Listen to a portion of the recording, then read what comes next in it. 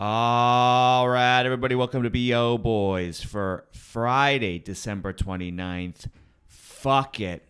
We're doing it live in the dining room. I'm Clayton. Yeah, I'm Pat. It is a raw feed, Clayton, and we are in my in-laws. In our in-laws, I guess, sort of. They've taken you in, they've given you a bowl and porridge, and they're taking care of you this Christmas week. Big week, big weekend. We've been gone for a while. We've been celebrating. We've been opening presents. We've been traveling. We'll get to that, to the BO Boys road trip that's happened this week. But so many movies have opened since the last time we talked. We got to get to it. So we're going to start with last weekend. We're going to get to Christmas, and then we're going to go day by day and go over some of these results for the holiday week. But why don't we start, Clayton, with a plow for the weekend of Friday, December 22nd, pre-Christmas weekend. Number one, Aquaman and the Lost Kingdom made $27.7 million in its first weekend. Number two, Wonka made $18 million, down 54%.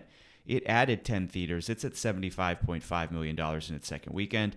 Number three, another newbie, Migration, made $12.4 million in its first frame. Number four, newbie, Anyone But You, made $6 million in its first frame. Number five, Solar Part 1, Ceasefire, made $5.4 million in only 796 theaters. Also a newbie. And then we're going to go to number six, because number six, Iron Claw, $4.8 million in its first frame. And that's your top six. Yeah, so, let's get to the story of last weekend, which is the opening of Aquaman and the Lost Kingdom. It's the opening of the last DCU movie. Who cares? Yep. Who gives an S? Who gives an F? Yep. Basically, we just said it. And it's capping the year of the death of the superhero movies. Mm-hmm. Fatigue was the word that we were using for so long. Yeah. And I don't know if someone could pass away from fatigue. Yeah. But that is what has happened. The superhero movies are not fatigued. They are dead. Dead. See, my thought there is... Except for Batman, of course, Joker, But just the general, like if we throw a cape on anything that's going to do Bafa Bobo, that's dead. Mm-hmm. That's dead. Yeah. It's dead. Because Aquaman made $1 billion worldwide, the first one. The first one opened, quote unquote, disappointingly to 80-something million in its 3-day weekend. I don't know what year it came out, 2018, I think. Mm-hmm. This is opening to a 3-day of, what did you say there for the 3-day weekend? 27. It's dead. Mm-hmm. It's dead. No one wanted this Lost Kingdom movie. The post-track numbers, 69% positive and 3 stars, less than the Marvels. Yeah. People like these movies less than they did 2 months ago. It's totally a dead genre. Warner Brothers did not give a flying hoot about this movie. They opened it. They did a premiere on the Knights of Columbus and gave out, chicken fingers and cold mashed potatoes for the premiere. They had Jason Momoa there passing out high C. I don't know. It's dead. It's dead. Do you think it's alive? No. I've been the biggest proponent of this happening for the longest time, and I think everybody was still deluding themselves that this was going to be different. This movie was going to be different because people like Jason Momoa, and it's Aquaman, and it's James Wan, and that movie did $1 billion. I knew this thing wasn't going to do anything because people are done with superhero movies that aren't Spider-Man, aren't Batman, aren't Joker, right? Mm-hmm. It's true. And I'm going to just do we got a little email, boots on the ground, from one of BO Boy Marcus, one of the great emailers. Yes. He also gave us heads up about Solar and said it could do around 6. So he basically nailed it. So he said he went to see Aquaman. Mm-hmm. It was a sparsely attended screening, and I'd say the audience energy was kind of low. Not really any laughs or much reaction to the film throughout. A couple people seated near me got up to leave the second the movie was done, not waiting for the mid-credit scene. And good on them, the mid-credit scene is the dumbest thing imaginable. Now, he says he's not a movie critic, but he wanted to express some thoughts about how these superhero movies have gotten to be this dire.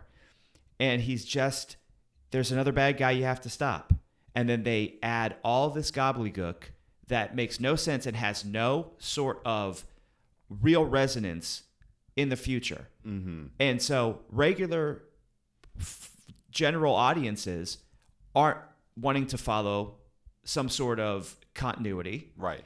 And it's just CGI gobbledygook. Right. I mean, he says, he goes on to describe a scenario in which his mom, who I'm sure is a great woman because she raised a great emailer. Yes. And he cannot imagine his mom ever seeing Quantumania, the Marvels, Aquaman 2. He says she would tune out immediately from the stupid nonsense about the silly multiverse technobabble. She would just have to sit there for 3 hours with no idea of what the hell is happening on screen in a jumbled CGI visual mess. And then he says, I hope she never has to go through that. Marcus, we pray. Yeah. On this Christmas week, Clayton and I are doing a lot of praying, and we pray that your mother never has to sit through superhero techno-babble, multiverse nonsense. We pray for that. Yeah, absolutely. Yeah. I think that's a great test. I think we have to use the mom test for certain movies to see, would your mom understand this? Right. Because as he said earlier, Top Gun Maverick passes that mom test. And I think there was a time when superhero movies did pass that mom test because I used to take my mom to some of these. She liked seeing the Guardians of the Galaxy movies. She's seen a Captain America movie. She saw Doctor Strange, and that was pushing it. That's pushing it. She enjoyed the first one, not a multiverse of madness. She enjoyed an original Doctor Strange gets into a car accident, gets powers, that kind of. Moms don't want to sit through this. Dads don't want to sit through this. No. And he says at the end of this email, another great email from Marcus, children even still follow these movies? And then that's when these superhero movies get to what you say the Pixar movies are at, which is they just become for sad 40-something-year-old men. Yeah. Who won't let it die. And that is what Aquaman is at.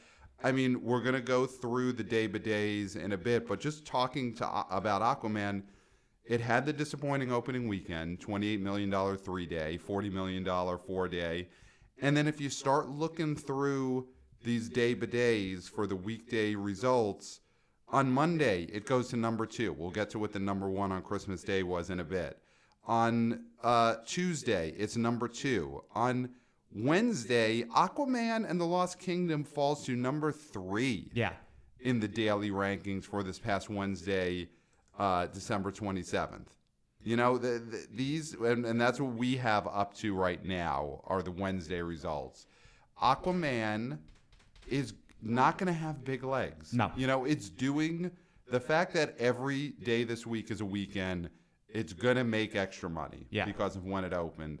But it is not charting number 1. It is immediately not the choice of the moviegoers. No flippers on this Aquaman. And that is the big thing that's going on right now in this box office, this Christmas box office, is that in a different world, in a past world, this is the big movie.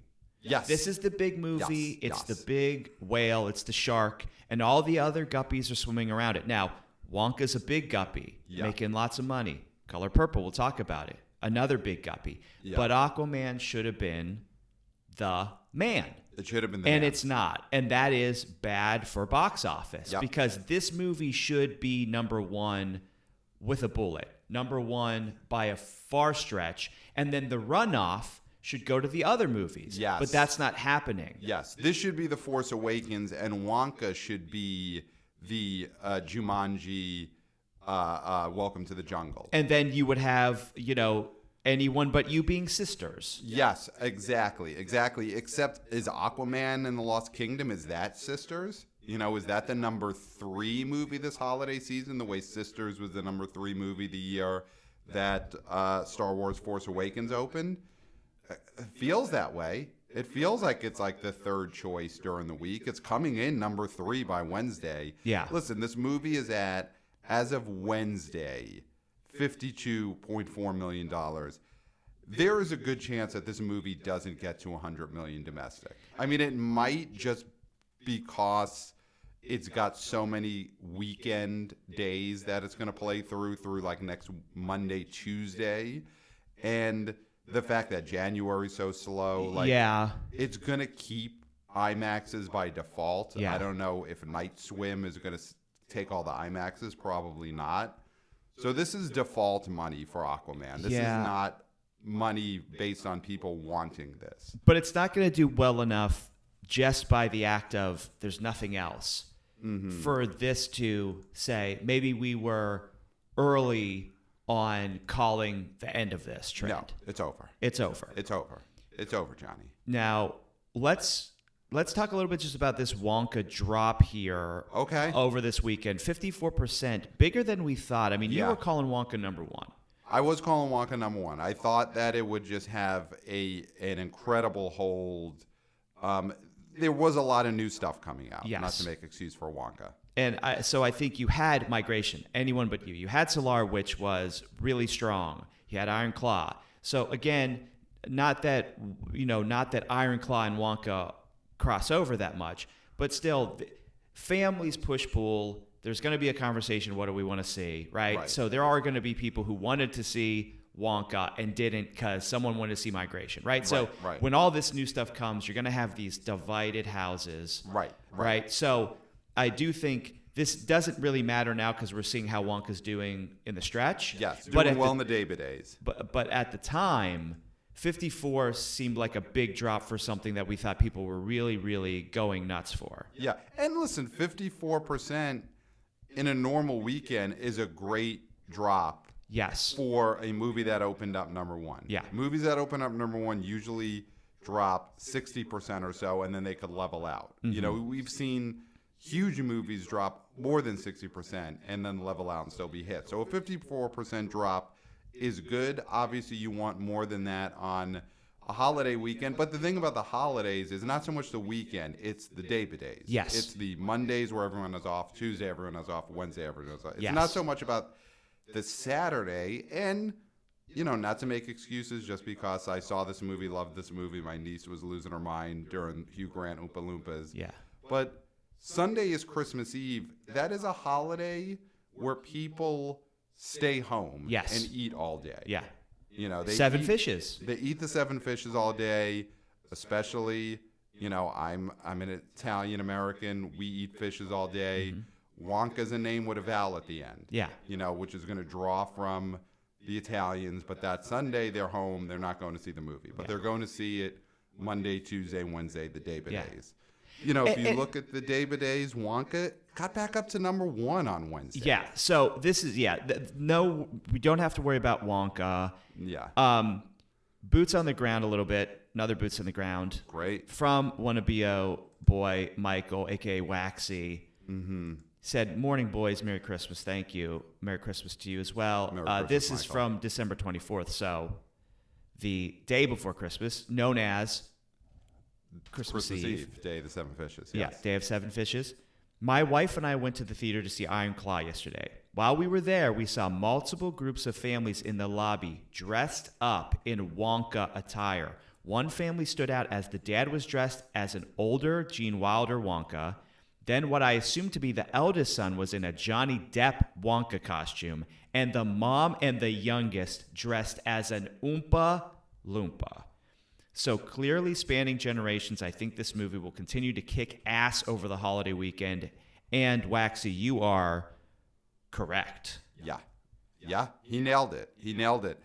I mean, this is some great boots on the ground reporting that people are now dressing up. And when that happens, I don't know if Wonka is going to be a phenomenon, but you've got trappings of a phenomenon. You've got trappings of gentle minions. You've got trappings of Barbie. Yeah. You know, when people go dressed up as the character, that bodes well for the legs of a movie. This family likes this movie so much that their eldest son, and now I'm assuming the eldest son is in high school or something, I'm assuming this is not a 25-year-old eldest son. No, I would assume this is still a child that lives in the home. Yes, because if there was a child dressed as an Oompa Loompa, and even if these parents in this Wonka family had the kids several years apart, where the Oompa Loompa child was, quote unquote, an accident, and the Which other, it feels that way. It feels that way, but if a happy accident, they're glad. Not all accidents are tragic. Right. Yeah. Even then, they're not going to be more than 10 years apart. Yes. So if you've got like a 5 or 6-year-old accident dressed as an Oompa Loompa, the older son is probably 15, 16 at the most. So you have your 15, 16-year-old son dressed as Johnny Depp Wonka. Right. 2023. In 2023. Yeah. That is hardcore devotion. Yes. I mean, I'm not going to make a judgment because it's not up to me to make a judgment. Right. Right? But that means that this IP is strong. Yes. Very strong. Very strong. Yeah. Yeah. And that's probably a family, if they have not going to get into it, but if they have a son who's going out dressed as Johnny Depp, that family's not going to go see Aquaman and the Lost Kingdom. No. We'll leave it there. We'll leave it there. Leave it. Leave it there. Don't pick it up. Leave it there. Migration. Let's talk about it. 12.4 in the weekend. Mm-hmm. Are you looking at the day by days? The day by days are pretty good. Migration on Wednesday got itself up to number 2. Migration and the day by day on Wednesday, December 27th, moved ahead of Aquaman and the Lost Kingdom. That's a good day by day. So this is not going to be a $100 million grosser, probably. No. I think we're looking at a The Bad Guys level movie. Yeah. Where best case it's doing high 80s, low 90s. And for Illumination, that's bad, but for a kids movie is fine. Right? I mean, it's the rats need their cheese, and they are getting their cheese with Wonka. Wonka is brie, as we've said. Right. Migration's doing well. I mean, it's not going to flop. No. It's not gonna Wish. It's not going to be a Puss in Boots, The Last Wish situation. No, Wish. Oh, it's not going to be Disney's Wish. It's not Wish. Going to be right. There's a good wish and there's a bad wish. Yeah. It's not going to be either, probably. No. Yeah. No. Oh, there's no way. There's no way it's going to be Puss in Boots. I mean, it opened to about what Puss in Boots Last Wish did in mid-December last year, but Puss in Boots Last Wish, one of the all-time great box office runs. Yep. Incredible legs. I'm going to say it. Yeah. Do you want me to say it? Go for it. Greatest Showman like. Yeah. It's the first time I've ever said that. It was. You never said it last year. You never got yourself I never got to it. I mean, it definitely was. Migration is not going to be that, but it's going to do well. It's going to continue to have a great week, and it's going to probably do well in January because, again, the rats are going to need their cheese. Wonka is obviously the brie. Mm-hmm. Migration is, it's not sliced craft. It's not that. It's not singles. It's not craft singles. No. But you look as of Wednesday, it's up to 30 million total. I mean, it's going to do fine. It's going to do The Bad Guys. I think the bigger thing here is we're not seeing in the last couple of years, any original animated films break out in a big way. Mm-hmm. We're seeing sequels that could do well. Puss in Boots: The Last Wish, of course, is a sequel to a spin-off. Yeah. And, the Minions movies are always going to do well. But we're not seeing anything new become a blockbuster as far as kids' animation. Yeah. And Migration is also not going to be that. We also got reports last week. I took my niece to see Wonka. She had no interest in Migration. Yep. There's not a big gimmick here. It's doing fine, but hey, it's doing better now in the day-by-days than Aquaman. Yeah. Anyone but you. Okay. Now, we both thought Iron Claw would do better than this. One. Yep. But that doesn't say anything about Iron Claw. We'll get to that. We're not going to say that Iron Claw is a disappointment because it didn't beat anyone but you. I think the surprise here, because I was saying this could go Armageddon time. Yes, you were thinking under $1 million. Yeah, you were thinking barely Playmobil numbers. And I think that was internet brain. That was internet sort of they turned on this movie in a way that I bought into, where there's a lot of horny people around Christmas. This is and I think you are also wrong. I do think there's more horny people around Christmas than you gave credit for. I thought there were no horny people around Christmas. You thought you thought belly full of 7 fishes doesn't make you horny, baby. And I guess it does, and because this was a bigger that. Listen, let's not pretend that this is Basic Instinct. No. In terms of box office, in terms of horniness, But it's not necessarily completely DOA, which is what we thought it would be. Yeah, I mean, it opened to the weekend to what? 5 to 6. It opened to 6.2 for the weekend. I mean, there were people who would have thought this movie wasn't going to do 6.2 in its run. Box Office Pro had it at 1 to 3 million as the opening. But here's what I'll say. Say it. It did 6.2 on Christmas weekend, which I still think is a pretty chaste weekend. People do not want to get super horny on Christmas weekend. If this movie opened on Valentine's weekend or a more typically horny weekend, I mean, New Year's weekend. It's a horny weekend. I would say from weekend to weekend, there's no bigger jump in horniness than that weekend from Christmas to New Year's. And I know New Year's is, you're not going to open a movie on New Year's weekend because then you've missed an entire week of the weekday results. Yes. I get why they opened it, here. But I do think, looking at this now, a Valentine's weekend could have opened to like 12 or 15. Oh, no. If this movie opened to 6 million. This thing's a stinker. Let's not. It's getting better reviews than we would have thought. It got a decent B+ cinema score, 4 stars on Post-Track. I think people like this movie in a way that no one thought they would, based on the bad trailers, based on the parody trailers by Nathan For You and Emma Stone. Yeah. I think this is a much more liked movie than everyone thought it would be. Listen, whoever did those trailers, all of the trailers, it is a rare case where all of the trailers are bad. There is not a good trailer for this movie. Yeah. I think, even though this is a chaste weekend, I think if the trailers were better, this movie could have done 10 this weekend. I mean, if it did 6.2 after months of everyone crapping on the trailers, then it probably could have done a couple million better with better trailers. It shows there was an audience for this. I think it shows that people are interested in. Listen, Sydney Sweeney and Glenn Powell are obviously not movie stars, but they are people that people like and did have an interest in. And better trailers would have helped this movie.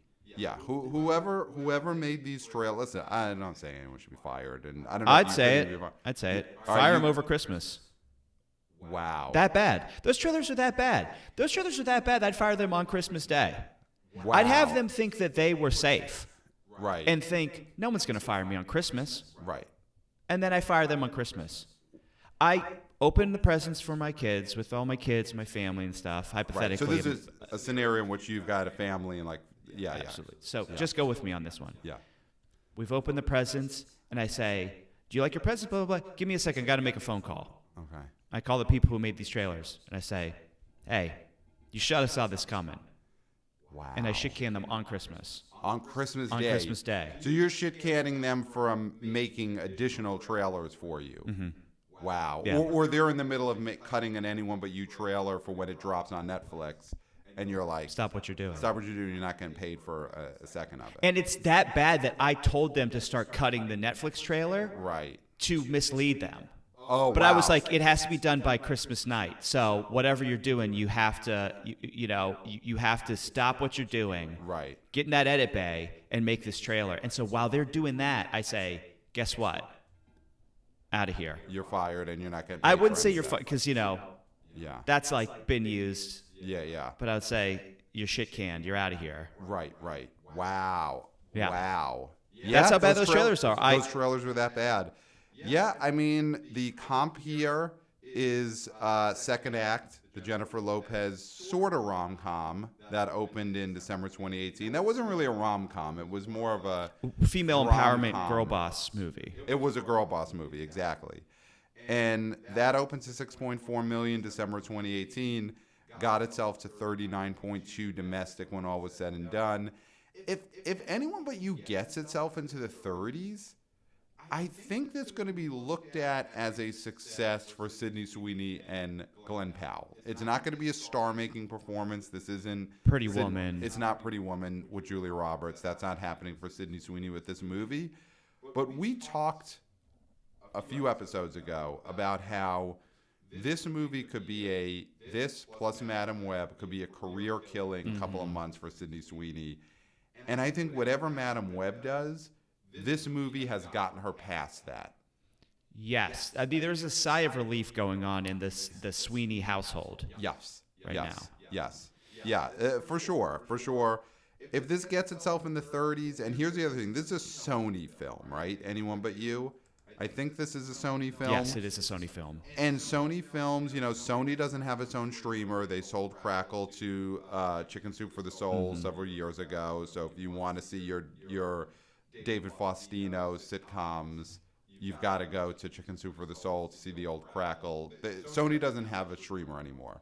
They sell directly to Netflix. Anyone But You is going to be a giant hit on Netflix. It's going to be akin to No Hard Feelings, which has been a juggernaut for them. Yes. And this is basically get a couple of dollars up top, get the money from Netflix. It's going to be huge on Netflix. And it's going to be huge on Netflix because it was released in a movie theater. Yes. And hopefully the people who made the trailers were fired on Christmas Day, and better trailers are available when it drops on Netflix in a few months. Whoever is making the scenes that we see when we put our little cursor over the screenshot. New editors. New editor. Yeah. So those are the movies that opened over Christmas weekend, over the weekend of December 22nd. Iron Claw? And Iron Claw opened. Okay, so Iron Claw opened to what, $5 million? 4.8. 4.8, so almost 5. This thing is an A24 movie, and I think by the nature of A24 movies, it's not Uncut Gems. No. But obviously it's not, because that was a Adam Sandler movie and one of the best movies ever made. I think this is still going to end up being a successful A24 movie with a $4.8 million. I'm going to look up right now. I'm curious to see where this compares to The Lighthouse, which is a A24 movie that people point to a lot as not a huge box office success, but like a really emblematic A24 movie. That's sort of like, if you're an A24 A24 fan, I do think The Lighthouse is one of those ones you think of, because it's not the genre horror movie. It's not the Ari Aster type movie. Yeah. Although I just feel like that's too low. Yeah, that's some art house bullshit, as a friend of ours would say. Maybe. Well, I mean, that just came to mind as like a movie that A24 makes that like guys like. If Iron Claw does Lighthouse numbers, that's bad. Well, it's already halfway there. Lighthouse did 10.8 million total. This has to make more. Yeah. Well, I'm saying this will make more. I think go along with me. Okay. When you think of A24 movies, that is one of the ones you think of when other than like the big ones, Uncut Gems and Lady Bird, and I think Ari of Aster Woodshop, but movie. hey, that's me. But I think this is in that. This could have done that kind of thing where it's just only for the guys, only for the super film fans, and it does that level. Yeah. I think Iron Claw is clearly breaking out above what an A24 movie usually does. Yes. Because they usually don't open to almost $5 million. Yes. What do you think about this? If you think, well, what's the day-to-day? The day-by-days here are, let's look at the day-by-days. So going back to Christmas Day, day-by-day, Iron Claw was at 1.9 million for a day. So it got itself 1.9 million on Christmas Day, And then the day on the Tuesday, it made another 1.7 million. Yeah, I mean, so almost no drop from Christmas Day to the Tuesday after Christmas, and then on the Wednesday, it made 1.4 million. Yeah, so I think... So as of the Wednesday, this movie is at 9.9 million. It's almost at where The Lighthouse was in its total. Yeah. After like 6 days. Do you want a little bit extra boots on the ground from Waxy? I would love, because he did see Iron Claw, even though he saw the Wonka family, and that was important. Right. This is also important. We had the Who's the Next Star conversation the other week, and he says in Iron Claw, every single scene with Jeremy Allen White in the Iron Claw felt different in that movie. The theater I was at gave a little pop when he first appeared. I think he's just waiting to break out to the mainstream and could be a huge movie star. So wow. I mean, again, we've said this previously. Listen to all of our episodes from this year. This is one of the most unorthodox box office years of all time. Yes. The other thing that is very promising here is emerging stars. We have been so needing new stars for the longest time. And when you have Wonka doing what it's doing with Chalamet, then you're going to have Dune 2, which is also going to be huge. You're crowning Timothy. It's inevitable. We're going to be crowning Timothy. Yes. For how long, who knows, but still. The crown is coming. Now you got this Jeremy Allen White. And this guy could do stuff too. Yes. And the fact that we have at least 2 emerging stars at the moment, and you know, like you were saying about Sydney Sweeney, who knows? It's not a disaster. She's sitting there going right now. Yeah, she's relieved. Yeah. Now she'll have a happy New Year. She's going to have a happy New Year now. Or a relieved New Year's. Yes. Because Madam Web is on the horizon. So if she can get past that, I do think, again, maybe we have a female star. So there is some promising things happening with the death of the superhero. Because what happened with superheroes is that the people weren't important, the characters were. Right. Here, Wonka is important, but also Chalamet is important. And Jeremy Allen White is important, right? It's not like we're not talking about what superhero is Timothée Chalamet going to play. We're not talking about could Jeremy Allen White be Grodd? We're not talking that. We're saying, oh, people want to see this guy with his shirt off probably, but they want to see his face. They don't want to see a mask. They don't want to see a goofy headpiece. They don't want to see a goofy costume. They want to see Jeremy Allen White. Yes, show your face. Show your face, Jeremy Allen White.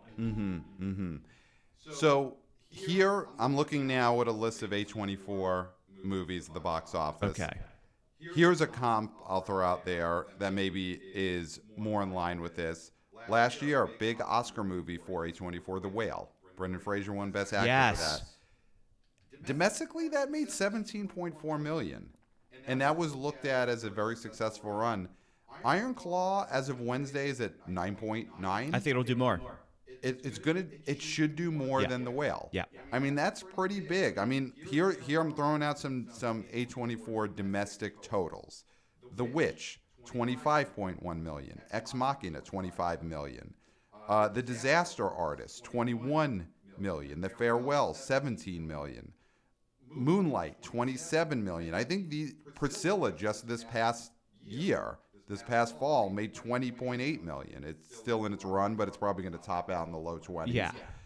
I think those are Green Knight, 17 million. Those are all movies that the Iron Claw could get in its grasp. You know, Iron Claw, 9.9 million as of this past Wednesday.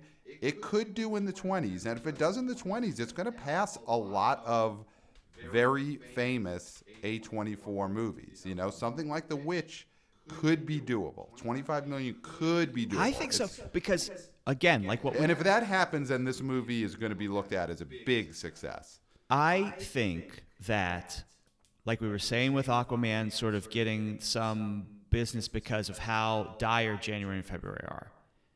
This movie, Iron Claw, is going to already has awards buzz, right? Which will matter for people who go see this. Yes, it's got the wrestling angle. Yes. This might be a movie that people are either waiting to see or they're gonna go see again and bring somebody. Like, this movie is gonna have legs because of the lack of alternatives, and I've heard it's a great movie. Yeah, I do think this thing gets to like 25, 27 with the Oscar buzz, with the Jeremy Allen White situation, with the fact that it's wrestling. Well, with the Zac Efron, here's the thing. Yes. And we're going to be talking a lot of Oscars in January and February on this podcast. Obviously, we're a BO podcast and we're not film critics, but we are sort of awards prognosticators, And we'll be talking the Oscars. Zac Efron's on the outside looking in for Best Actor. Mm-hmm. But if they're, I would say he's running top 10. Yeah, maybe 7 or 8.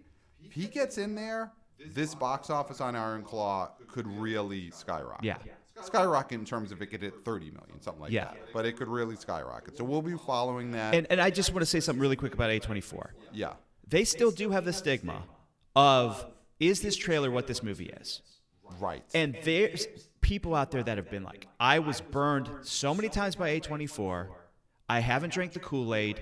I went to see Green Knight thinking it was going to be Lord of the Rings, and it wasn't. Right. And they're going to have several friends say, it is a real movie about wrestling. It is not a tone poem. It is not halfway through a cartoon of people flipping the pages in a sketchbook. Right. It is a biographical movie done artfully. Yes. Because A24 did dig that hole for themselves. Yes. And I think it takes a while for certain people to get into an A24 movie because they think they're being lied to. Well, I mean, if you look at the A24 top box office earners, it's not really the horror movies. No. Obviously, Midsommar and The Witch are still in their top 10. But it is more the dramas because the dramas end up being the movies that people expect them to be. Moonlight is a top 5 earner for them because it's what the trailer said it would be. Mm-hmm. It's a drama, and Uncut Gems, obviously, and The Whale, and Everything Everywhere. Everything Everywhere, their biggest movie ever. It is what it says it's going to be, a multiverse action comedy, and that's what it is. It is what we thought it was. It is what we thought it was. So here's a movie that was more on Christmas Day than, we didn't do a prediction weekend for the Christmas Day opener. No, we were on the road. Ferrari and for The Color Purple. But I would say on Christmas Day, The Color Purple was more than what a lot of people thought it would be. Oh, and I won't say more than what the BO Boys thought it would be because we didn't actually do a prediction for that movie. But I'll be perfectly honest, it was. It was more than what you thought. Well, let's say it. Christmas Day, what did The Color Purple make at the Christmas Day box office? We'll move on to that. Pat, do we want to do an unprecedented double plow episode? Christmas Day plow. Let's do a Christmas Day plow up to Ferrari. How's that? I love it. Yeah. Christmas Day plow. Color Purple, number 1, $18.1 million. Number 2, Aquaman, The Lost Kingdom, made $10.6. That's up 112%. Number 3, Wonka, made $10 million. That's plus 120. A newbie, Boys in the Boat, which we have to talk about. George Clooney directed, made 5.7. Then Migration made 5.3, and Ferrari made 2.8. So Color Purple, $18.1 million. Huge day. You look at that Christmas Day top 3. I mean, Aquaman is a total dud. We're not going to get into that anymore. But Warner Brothers had the top 3 on Christmas Day. The embattled Warner Brothers studio, it puts movies out. Yeah. And on Christmas Day, they owned it. Color Purple was number 1. Here is something I think we have to say. People are fine with musicals. I think that this was one of those where they sort of hid that it was a musical. Well, people knew because this was a movie adaptation of a big Broadway show. Yes. So I don't think these studios have to hide the existence of musical numbers in their movies. Wonka's a musical. Mm-hmm. 2 out of the top 3 movies on Christmas Day were musicals. People are happy with music in a movie. It's, superheroes are dead. You need these type of things that make movies a big special experience. And I think music is going to be a big part of that the next few years. So This Color Purple. Don't overthink In the Heights and overthink what was the one that made you cry that you loved? Dear Evan Hansen. Dear Evan Hansen. Don't overthink that those bomb. Yeah. People like musicals. Greatest Showman is a Greatest Showman situation for a reason. Yes, absolutely. So this beat out Les Mis in 2012. Its Christmas Day haul of 18.1. Wow. It's got an A cinema score, 5 stars, and 92% positive rating. So people are really loving this movie. Now, it did dip the next day. Day by day. It dropped 61%. Okay. But I do think there was a front-loading situation here. Yeah, it's opening day. Opening day, Christmas Day, day after, people are doing whatever they're doing. I think this thing is going to have legs. I think this is spectacular feedback from the audience. Yep. I'm very excited for this movie and what it can end up doing at the box office when you have something like Aquaman eating S. Yes, 100%. And I think it obviously, this is a movie for everyone in the sense that it's a musical and it's based on a famous book, remake of a famous movie. It's a version of a Broadway. So it hits all audience, but obviously gets to super serve an audience that maybe gets underserved at the box office with stars, that have not gotten to headline as many movies as maybe they should. And so I think that audience is going to love the fact that this movie exists. Yeah. And here's someone who she's been making the rounds promoting this movie, and she's been talking about how she don't get paid enough. And you know what? This movie opened #1. Taraji P. Henson, she has had hit movies before and doesn't get talked about as someone who could bring in an audience. Hidden Figures. Hidden Figures was a huge hit. A huge hit. And, she talked about that. And I love, because our show is about money. And I love that she went out there promoting a movie, and interview after interview, she was talking dollars. And she was saying how she doesn't get paid enough for these movies. Every time she opens a movie, then she's got to go back and they try and lowball her. Yep.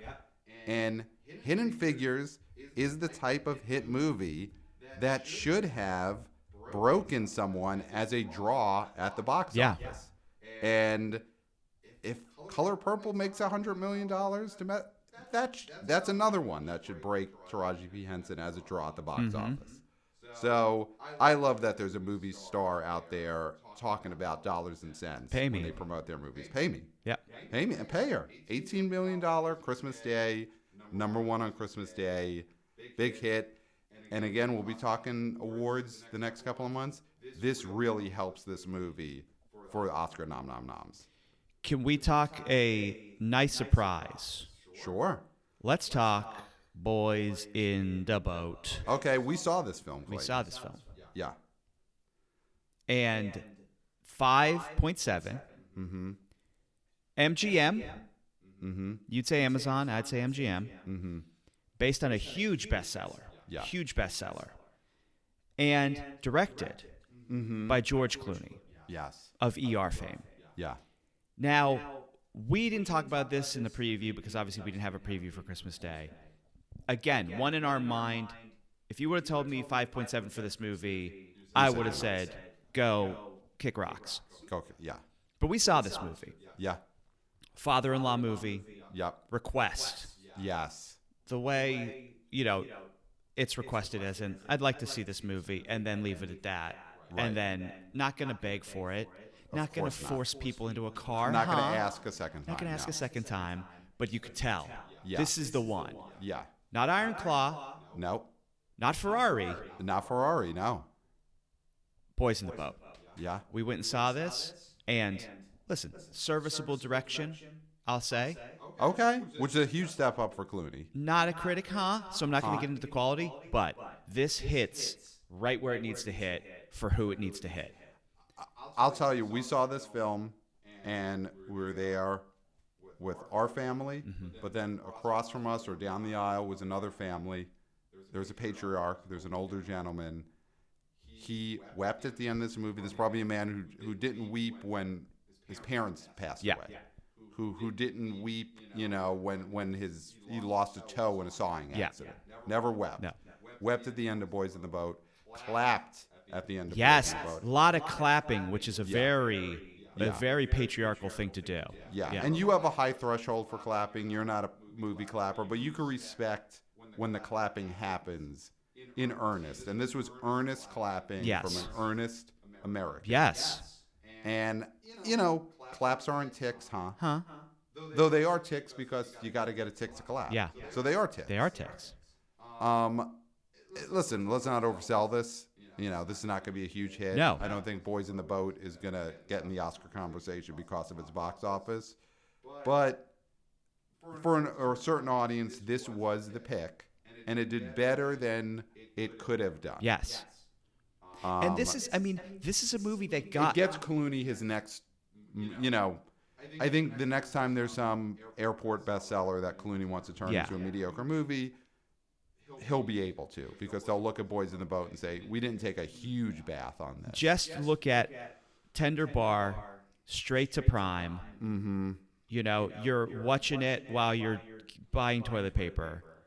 This, you're watching it on a big screen. So that's a move up for Clooney. Yeah. And I think, listen, are we looking at day bidets for this one? Sure, let's look at a day bidet. So Christmas Day, it did its $5.7 million. Then the day bidet on the Tuesday, it did $3 million. And then the day bidet on the Wednesday, the Boys in the Boat did $2.4 million. So it's at $11.1 million after its Wednesday day bidet. It's going to do okay. Yeah. But here's what I'll say. Let's jump to this to I think bring us to the end of this episode. It's doing better than Ferrari. Yeah, Ferrari is a car crash. DOA. Because it's released by Neon, who does not have the money to release a, $90 million Michael Mann movie, which we've heard great things about, and we're seeing tonight. Yeah, our plan is, and of course plans could change, so don't hold us to us on the next episode. Yeah. Our plan is to see Ferrari. We got a great boots on the ground report from a trusted source, from a host of another podcast. Yeah. I mean, do we plug this other podcast? Of course. The Taste Podcast. Great Food Taste Culture Podcast. One of the great podcasts out there. The host of that show, Matt Rodbard, texted us personally to say that Ferrari was super well made. He enjoyed it. And he said, quote, it wasn't some art house bullshit. But unfortunately, it was released by some art house bullshit studio in Neon. Yeah. This is not a studio that knew how to make a general audience know the existence of a $100 million car racing movie. Yeah. And this is disastrous box office. Yeah. Disastrous box office. And the real, I think the bigger thing that's terrible about this is that Michael Mann is a great filmmaker. Sure. I'm not a Black Hat person. I did not see that movie. I'm not going to sit here and say Black Hat, whatever. Right. But when you have... And we're not going to do 3 episodes on Heat. No. Yeah. When you have Scorsese at the height of his power in the theater, getting promotion, whatever you want to say about the box office on that, people knew it was there. Yes. All right? Michael Mann is a great filmmaker who is not getting the opportunity to get his movies out there. And this is going to make it impossible. Yes. We might never see a Michael Mann movie in the theater ever again. I think the only chance he has Heat 2 is Heat 2. We're going to see Heat 2. So I lied. Well, We're going to see Heat 2. I think this movie does. I think the Ferrari box office does lower the chance of a Heat 2. Heat 2 is the only... he could go out there and find $5 million to make, if Michael Mann wants to make a movie about 3 couples trapped in a storm in their apartment overnight, he can make that. Yeah. Michael Mann probably doesn't want to make that low budget of a movie. Yeah. But Heat 2, I think, as much as that is an IP that you would think is a slam dunk to get made if you're getting Austin Butler and Adam Driver and some of these big actors. So, but Adam Driver's in this, and that's bad for Adam Driver too. Yeah, it's this. Ferrari's a disaster. I mean, here's a comp I'll give you. Ferrari is the Priscilla to Ford v Ferrari's Elvis. Yeah. Except Priscilla did better. And than Priscilla, Ferrari. the budget and the expectations for Priscilla were different. Ferrari was budgeted the same as Ford v Ferrari, but it did Priscilla numbers. Yeah. I mean, it's not going to do. Priscilla made $20 million total. No way in hell. Ferrari, as of Wednesday, is at 5.6. This is such a disaster. You are Michael Mann, and you are the second choice for father-in-laws under George Clooney. Right, and that is a huge problem. A huge problem. It's I think that is how bad this box office is that it makes Heat 2 a tougher green light. And that's probably at this point the only big budget green light left for Michael Mann. Listen, he's 80 years old. He's made a ton of movies. It's not imperative he ever makes a movie again. But we'd like to see it. We'd like to see it. We'll go see Ferrari. This movie is totally DOA. Its per theater on Wednesday was $528. It's just not a big known movie at this point. I think most people who, when they see that on the marquee, they've never heard of it and they assume it's a tiny movie. They thought Ford V fell off the marquee. Right.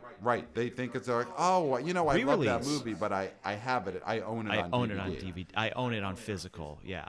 Or they think it's a documentary. Yes. I think there's just no awareness of this movie. Adam Driver hosted a very good episode of SNL a couple of weeks ago, but that was not enough. I mean, it's a Baldwin situation with him. Better SNL host than movie star. Oh, man. It's a shame. Yeah. I mean, I really hope we get to see Adam Driver keep making movies. And as good as Baldwin was on 30 Rock, I don't want to have to see Adam Driver resort to being the third banana on a sitcom, especially modern sitcoms. Yeah. So a lot of good news at the box office this week, but I would say the two big coal in the Christmas box office stockings were AQUAMAN and Ferrari. I think we did it, Clay. Oh, we absolutely did it. So, of course, email us. Those boots on the ground emails were incredible. theboboyspodcast@gmail.com. Follow us on Substack. If you are not already a subscriber, you got to go to the BO Boys Substack. The link is below, substack.com/@theboboys. Wanna BO Junior Intern Jack, just killing it with 2 to 3 articles a week. He's doing the previews. He's doing the weekend results. He is just writing about the business. He's got a new article, Superhero Fatigue, Fact or Fiction, that he dropped just like a day ago. He dropped it on the day after Christmas, and it's incredible. He's got a thumbnail in there with Black Adam and AQUAMAN together. I mean, he's killing with the thumbnails to these articles. And listen, I never talk about Jack. Yeah. But it's you never talk to Jack. I never talk to Jack. I do talk about Jack, actually. I do. Yeah, but just as long as you have to hear directly from him. We took a little break, obviously. Right. We took a break. We were on the road. We took a break. Yeah. You know who didn't take a break? Junior intern Jack. Yeah. Took no break. No break. We're on the road. I'm checking my emails. Yeah. What pops in there? New article. Yep. New article from Jack. Yep. Like clockwork. Yeah. So you got to go follow us on Substack. Junior Intern Jack, writing up a storm about the box office. Is he the next Scott Mendelson? Listen, you can't put that weight on anyone's head. Yeah. But he sees the path there. Yeah. And he's writing. And he's got plenty of years. This is a young man. Yeah. And, of course, let's not forget the other young man, wanna BO senior intern Christopher, Jack's boss. Yeah. Killing it on the social media. He posted a great tweet. If you haven't seen it yet, go to the BO Boys Twitter X. Tweeted out a photo of Clayton and I on the road, killing it at a bar on movie trivia. Murdering. Yeah. And we weren't going to a bar just for the sake of going to a bar. We were on a road trip, baptizing a baby, all this stuff. Yeah. Stopped at a bar. They had movie trivia. The BO Boys dominated. Our name was on the screen. Jack. Yeah. Wannabe senior intern Christopher tweeted that out, and he's also putting clips up there, video clips, running our YouTube channel, all this stuff. So senior intern Christopher, another great year on the job there. So follow us on Twitter X and on TikTok and on YouTube. We are YouTubers. In 2024, the video output is just going to increase and increase. So look for that. Subscribe now while you still can on the YouTube channel. And give us 5 stars on Apple Podcasts before the end of the new year. These end-of-year 5-star reviews are perhaps the most important reviews you could get. You know, people are looking for a new podcast to start their January. They think they're going to go work out, be on the treadmill. They're looking for podcasts. Those 5-star reviews will get them into our ears when they are, walking slowly. You got to build up from nothing on the treadmill. So 5-star reviews. 5 stars. Happy New Year. Blah, blah, blah. Yep. Perfect. So, Clayton, I think that's it. I think we've done it. There's nothing. I can't think of anything left to say. Really? Except for, until next time, we'll smell you at the box office. Nailed it.